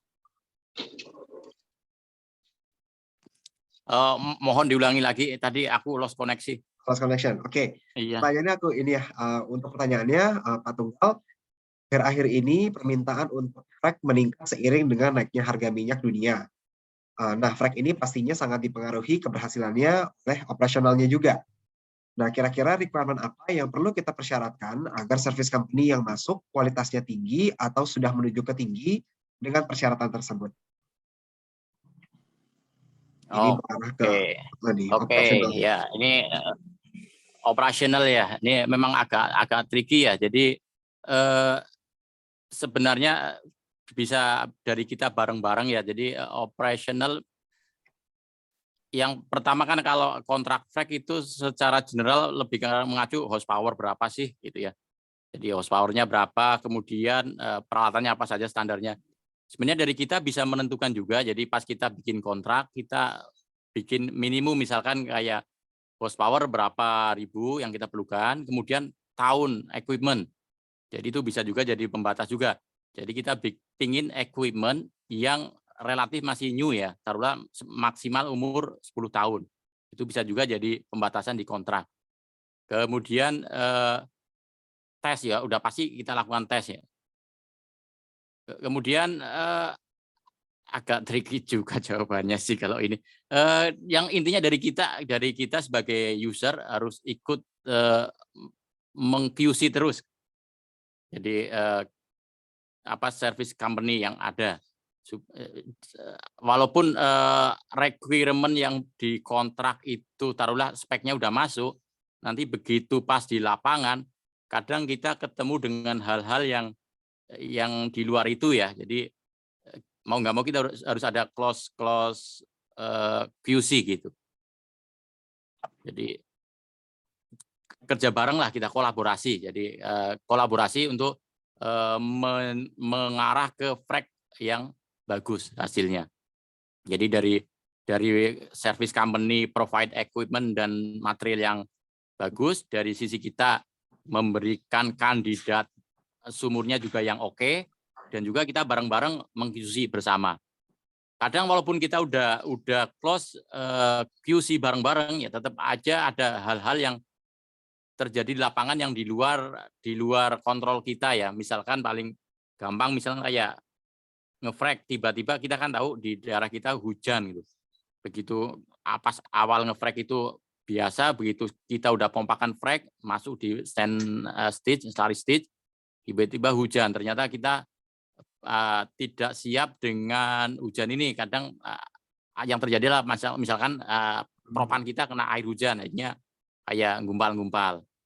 Jadi intinya bareng-bareng lah gitu. Kita dari awal kita buat di requirement pas kontrak, spek yang kita inginkan, kemudian setelah kontrak in place, kita close monitoring. Kurang lebih begitu, Mas Mario. Iya, baik. Berarti dari awal ininya ya, Pak ya. Karena ini ya dengan frek yang sangat masif sekarang ini, semua unit yang ada itu gerak gitu. Jadi memang diperlukan dari kita ikut kontrol juga. Semua laku gitu. Betul, Pak. High demand ya, Pak, sekarang. Betul. Oke, berikutnya kita ada penanya langsung nih, Pak. We have direct questioner, Mbak Reza Mutiaranti ya. Silakan, Mbak. Ya, makasih Mas. Saya mau nanya Pak, mungkin ini pertanyaan awam ya Pak, pertanyaan basic banget. Saya mau nanya tentang mekanisme dari si fracturing ini. Tadi Bapak udah ngejelasin sebenarnya cara mekanismenya itu kita nginjekin fluida frac, diamati rate sama pressure-nya sampai pressure-nya naik. Nah, saya mikirnya berarti pas pressure naik itu anggapannya fluida frac kita tuh propannya udah nyangkut gitu kan Pak, udah ngefrek sampai dia bertahan lah, kira-kira dianggap bertahan di situ. Nah, pertanyaan saya itu, Bapak ngobrolnya ya gitu kan. Nah, kan fluida frac-nya ada dua tadi, ada propan sama si slick fluid itu yang kental itu kan Pak. Nah, waktu kita meninggalkan fluida frac di situ, karena fluidanya kental, apakah dia tidak menghambat fluida reservoirnya untuk ngalir ya Pak? Atau ada treatment sesudah frac sehingga si fluida kentalnya itu nanti entah hilang atau gimana gitu Pak? Oke, tak jawab aja. Ya, jadi yang pertama ya, jadi pas kita ngelakukan frac yang kita amati rate sama pressure salah satunya ya. Jadi kalau pressure-nya itu naik, itu indikasi frac kita tuh berhenti grow, berhenti tumbuh. Jadi kalau berhenti tumbuh, propan yang kita pompakan masuk ke dalam sumur, ke dalam reservoir itu akan ngisi fracture yang terbentuk. Sehingga pressure-nya makin lama makin naik karena makin mampat terisi sama propan, sisi fracture yang terbentuk. Kalau pressure-nya itu turun terus ya kita pompakan propan tapi pressure-nya itu turun terus, indikasi frac-nya itu terus tumbuh gitu ya. Jadi kenapa kita ingin frac itu pressure-nya naik? Jadi kalau frac pressure-nya naik, indikasi propan yang kita pompakan itu makin mampat di dalam fracture. Jadi makin mampat terus sehingga kita dapat fracture yang tebal. Jadi kalau fracture-nya tebal, biasanya kita yang akan mendapatkan frac conductivity yang bagus. Jadi kalau ibaratnya jalan raya, kita nanti akan dapat jalan raya yang mulus dan lebar gitu. Jadi untuk mobil lewat lebih gampang. Kalau pressure-nya itu rata saja gitu ya, atau malah turun terus, kita akan dapat jalan ya level-level jalan kecamatan lah gitu, kecil jalannya gitu. Jadi kita mobil pun kalau mau jalan, misal kadang harus pas simpangan harus satunya ngalah berhenti. Kurang lebih gambarnya seperti itu untuk gambaran awam, Mbak Reza ya. Itu yang pertama. Yang kedua, crosslink gel dan slurry. Jadi bedanya crosslink gel slurry apa? Jadi slurry itu sama aja dengan crosslink gel, tapi sudah ada tambahan propan. Jadi kalau di gambar yang tadi itu ada gel yang warna putih dan yang warna kelabu. Jadi kalau yang warna putih itu crosslink gel tanpa propan, kalau yang warna kelabu itu crosslink gel plus propan. Jadi crosslink gel yang warna putih udah ditambahkan pasir. Jadi yang crosslink gel yang tanpa propan itu kita pompakan pas frac itu sebagai pad stitch. Jadi dia itu yang menjadi bantalan membuka fracture. Jadi setelah fracture-nya kebuka sama yang crosslink tanpa propan yang warna putih itu, nanti diikuti slurry stitch. Jadi diikuti crosslink gel yang plus propan yang warnanya kelabu. Nanti ngikut di belakangnya. Jadi nanti dia akan ngisi si fracture yang terbentuk. Kemudian betul kalau gel itu tidak hancur, dia akan ngeplak reservoir ya, karena itu viskositasnya kisaran 600 sampai 800 centipoise. Jadi nanti di frac fluid itu ada mekanisme namanya breaker. Jadi si breaker itu akan memecah si crosslink gel yang kayak agar-agar itu menjadi linear gel lagi. Jadi nantinya jadi kayak susu cair lah gitu. Di sini nggak ada gambarnya saya linear gel. Jadi nanti yang warna putih kental ini ataupun warna coklat kelabu kental ini dia akan lumer, akan cair dengan adanya breaker. Sehingga pas kita unload dia akan keluar dengan mudah. Ya, untuk waktunya berapa lama sih waktu si crosslink gel ini kita break, kita bisa adjust di lab. Jadi nanti breakernya ini kita konsentrasinya kita adjust. Kita mau pingin itu 2 jam pecah, 3 jam pecah, ataupun 1 jam pecah. Itu bisa kita adjust. Jadi tergantung dari suhu reservoir dan juga konsentrasi breaker yang kita apply. Kurang lebih begitu Mbak Reza. Mudah-mudahan udah clear. Kalau belum silakan lanjut lagi. Clear sih Pak, tapi sebenarnya tadi saya ini ngikut ini nih pengen ini Pak pelajari karena kita lagi proses optimasi fracturing juga sebenarnya, tapi untuk steam flood. Nah, cuma tadi di awal Bapak ngebatasin kan kalau ini khusus di reservoir ini apa? Saya boleh memperluas pertanyaan saya ke arah situ ya Pak? Boleh, nggak apa-apa.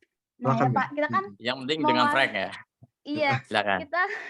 kita mau rencananya mau nge-fracturing nih Pak di low quality reservoir juga, tapi untuk kedepannya untuk dilakukan steam flood. Nah, kita ada isu yang pertama itu reservoirnya dangkal, unconsolidated sand. Yang pertama, yang kedua karena suhu steam kan tinggi kan, kita biasanya sampai 300 derajat Fahrenheit. Nah, kira-kira kalau dengan isu yang kayak gitu, kita bisa nggak ya Pak buat ngeplankan untuk ngelakuin fracturing ini worth untuk try atau enggak gitu Pak? Kalau reservoir dangkal untuk steam flood nggak reservoir dangkal ya, malah saya kepikiran kita pakai ini aja slick water frac aja, pakai slick gel aja, nggak usah pakai crosslink. Dangkal itu dengan apa namanya slick water kita bisa sampai 8 ppi pun aman gitu. Jadi kemarin kita ada case bagus di Rantau ya, itu kedalaman sekitar berapa mungkin Mas Tio bisa 560 cm, jadi sekitar 1.500 feet. Itu kita pakai slick water kita bisa sampai 8 ppi. Oh iya benar. Ya kita dangkal soalnya Pak di 200 sampai 300 feet, makanya kan kalau pakai propan kata Bapak tadi ada isu terproduksikan kembali. Berarti kita bisa buka jalan pakai slick line itu ya Pak? Iya ngerti. Iya, pakai slick line untuk fluidanya, kemudian nanti kita tambahkan ini propan flowback control.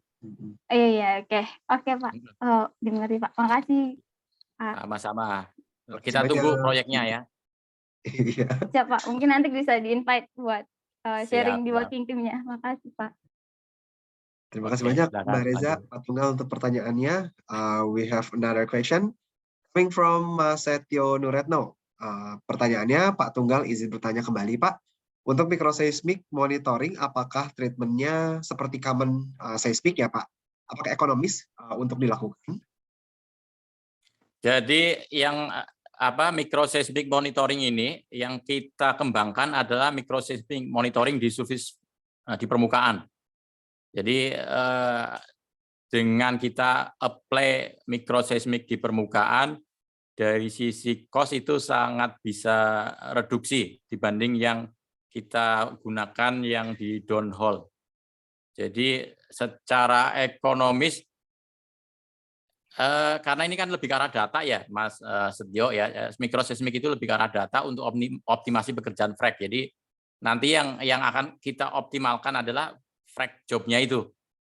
Jadi kalau saya bilang ekonomis ya karena kita bermain di permukaan dan tidak mengganggu sumur dan tidak mengganggu yang lain-lain.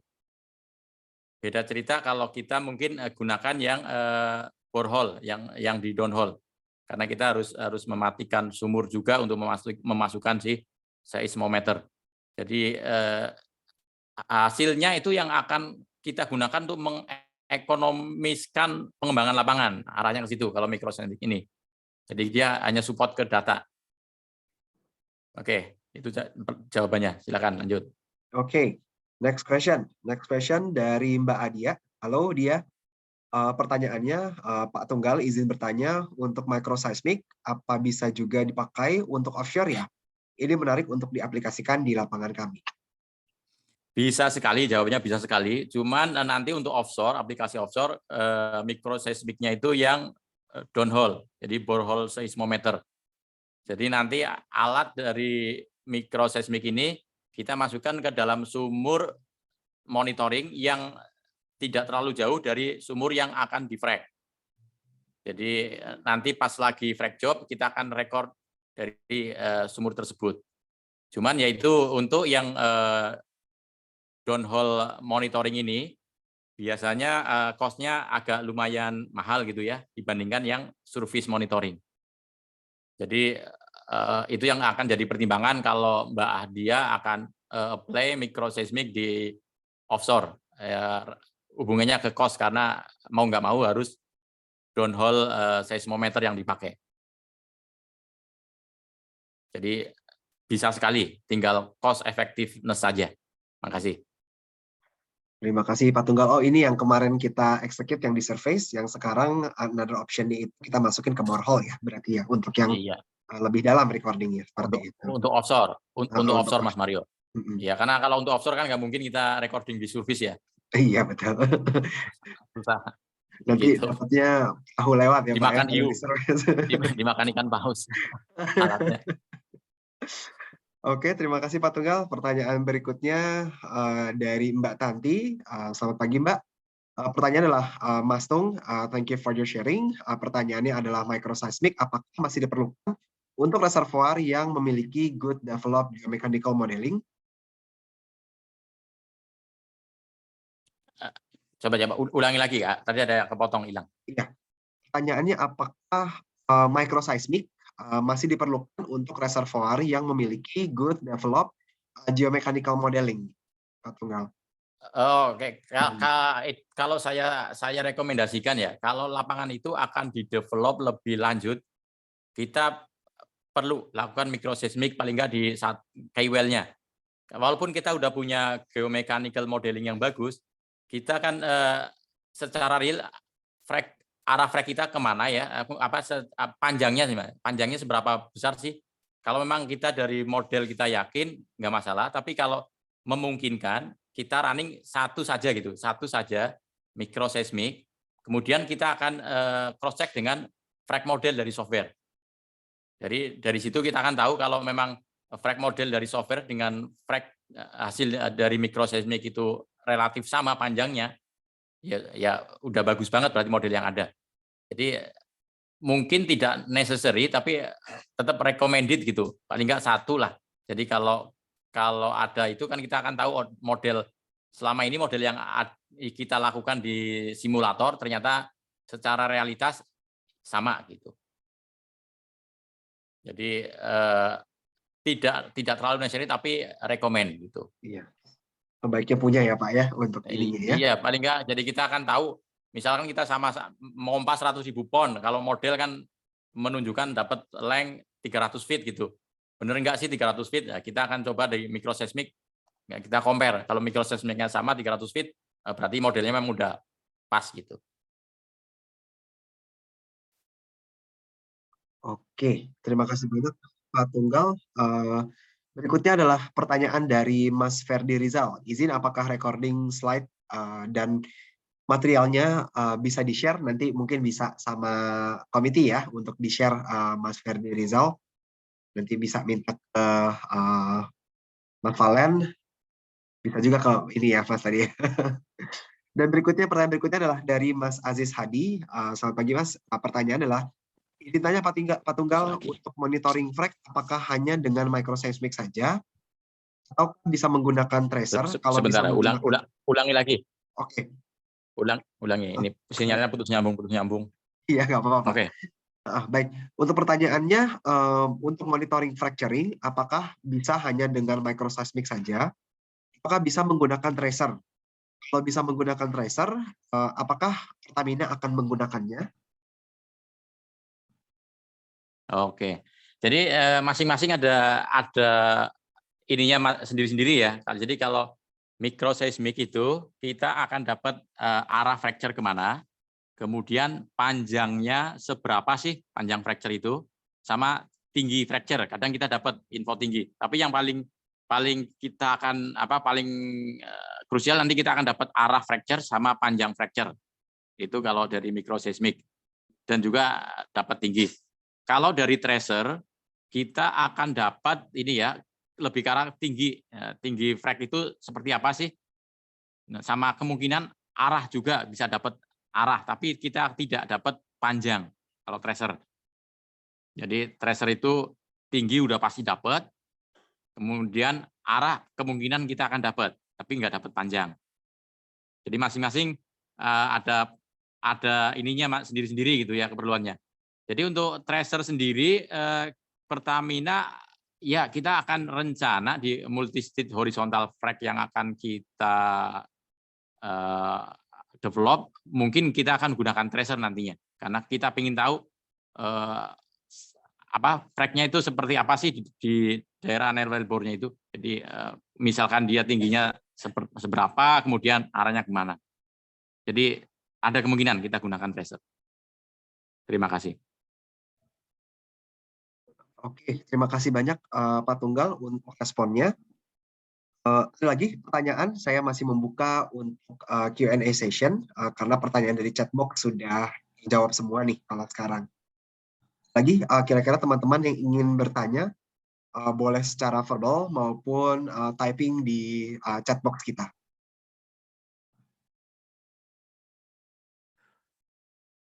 Kita tunggu 10 detik ya, Mas Valen dan Pak Tunggal ya. Kalau misalkan sudah tidak ada, mungkin bisa saya kembalikan ke Mas Valen.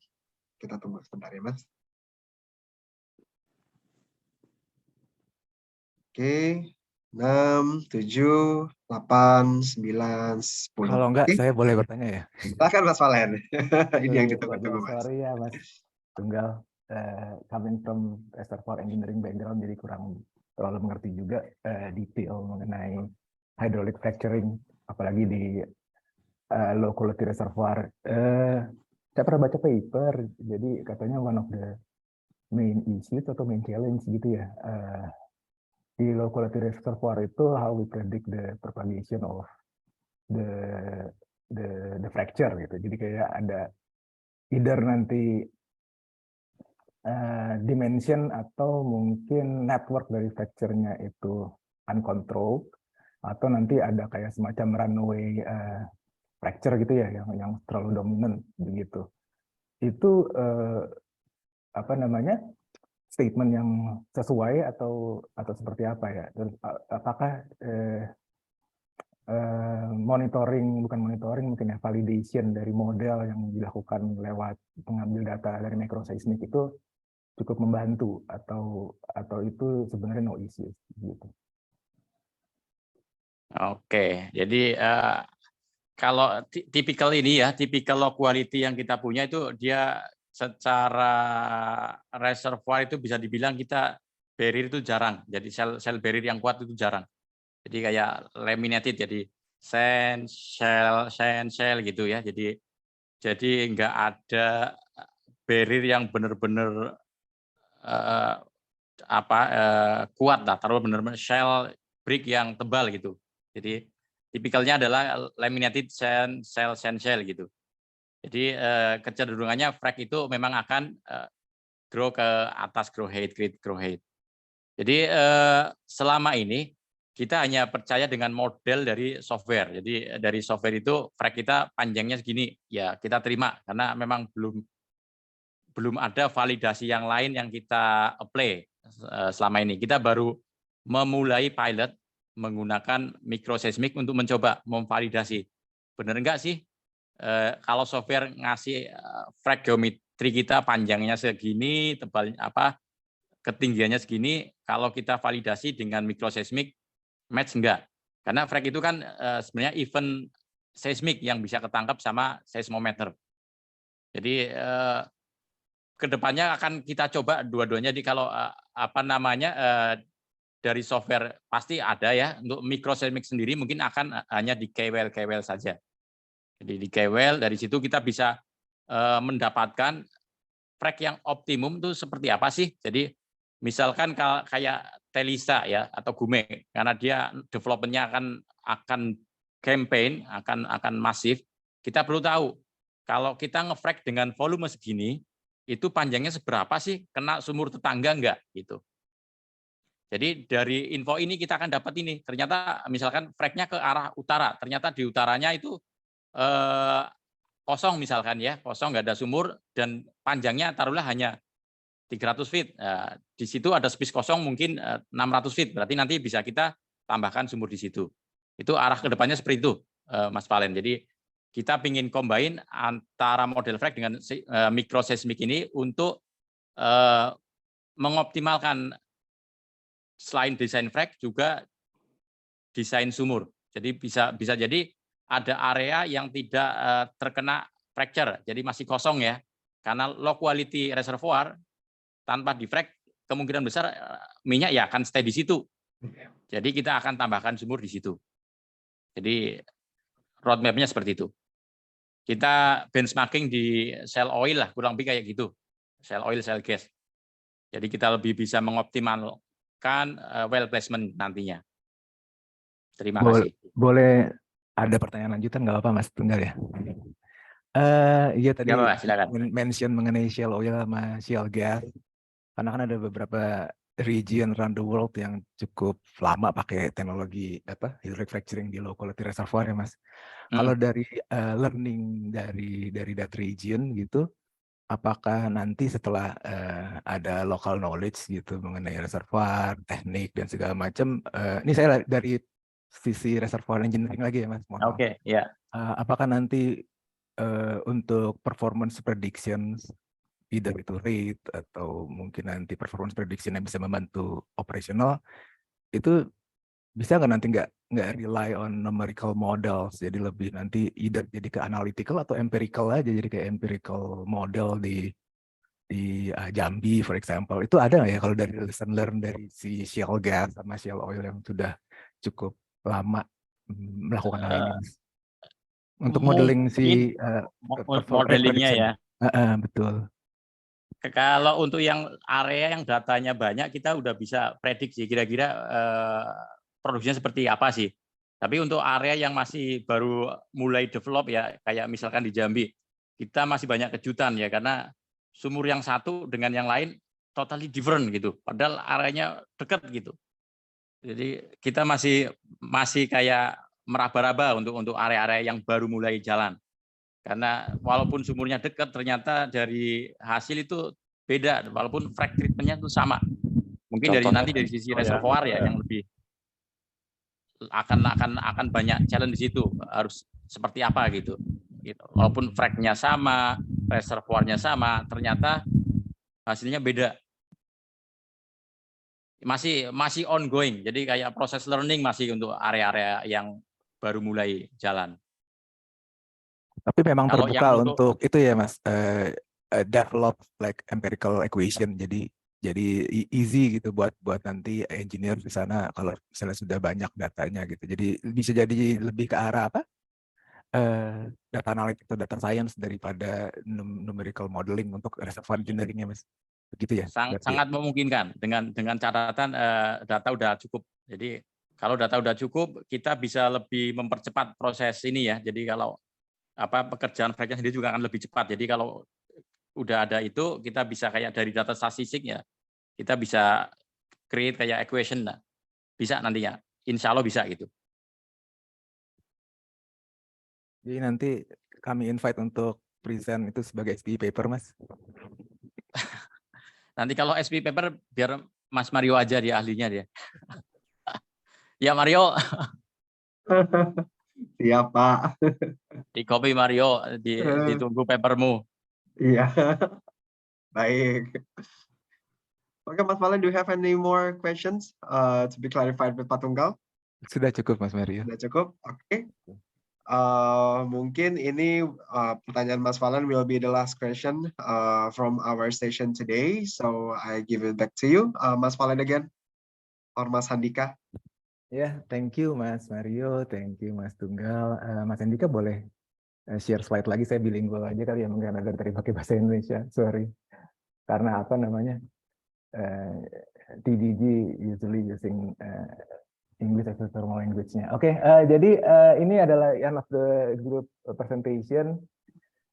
On behalf of FPI Java Section, saya akan mengucapkan terima kasih, terutama untuk speakers, moderator, juga seluruh participants. Ini token of appreciation untuk Mas Tunggal Purwoko. Terima kasih Mas, really appreciate your time. Saya tahu orang-orang sibuk, tapi orang-orang yang mau appreciate time to share knowledge, we greatly appreciate from us begitu.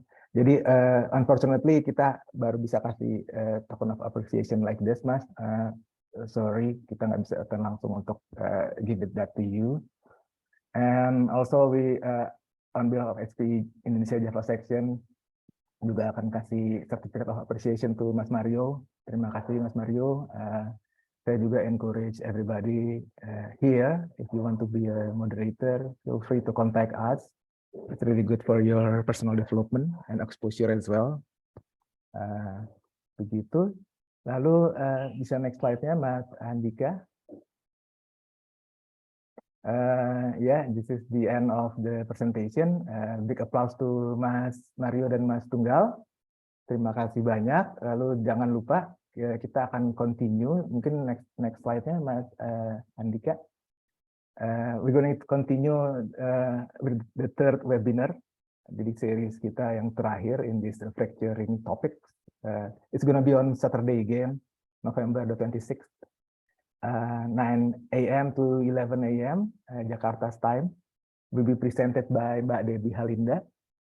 Mbak Debbie ini currently work as senior specialist production research di Pertamina Persero. She will talk about breaking the myth and lesson learned for fracture in deeper HPHT wells. Oh, saya nggak tahu, Pertamina ada HPHT wells juga ya? Really interesting. Ada, Mas. Okay, we have several. The session will be moderated by Mas Mirza Azari. Saya nggak tahu Mas Mirza dari sini nggak sebagai attendee. He is a senior petroleum engineer from Pertamina Hulu Indonesia. Jadi terima kasih semua partisipan. Don't forget to also fill the survey. Do we have that link? Ya, Mas Andika? The survey link, ya, oke. Is it that? I don't know. That's membership, I think. Yeah. Anyway, thank you very much, everybody. Jadi saya harap turnoutnya akan sebaik ini juga di webinar berikutnya. Dan don't forget, after this fracturing topics, we're gonna have CCUS series as well. Okay. Thank you semua. Terima kasih Mas Mario, moderator. Terima kasih Mas Tunggal. Terima kasih banyak semuanya. Mohon maaf atas gangguan listrik dan sinyal yang terputus-putus ini. Ya. Semuanya, Valen. Oke, selamat weekend. Have a nice weekend semuanya. Terima kasih Mas Tunggal, Mas Mario. Terima kasih. Terima kasih semua, Mas Mario. Apa kabar, Mas Valen? Baik, Mas Duli, apa kabar, Mas? Mas Tunggal. Mas Duli, apa kabar, Mas? Gimana aja, Mas? Semua. Iya, Mas Duli. Sampai jumpa di lain kesempatan.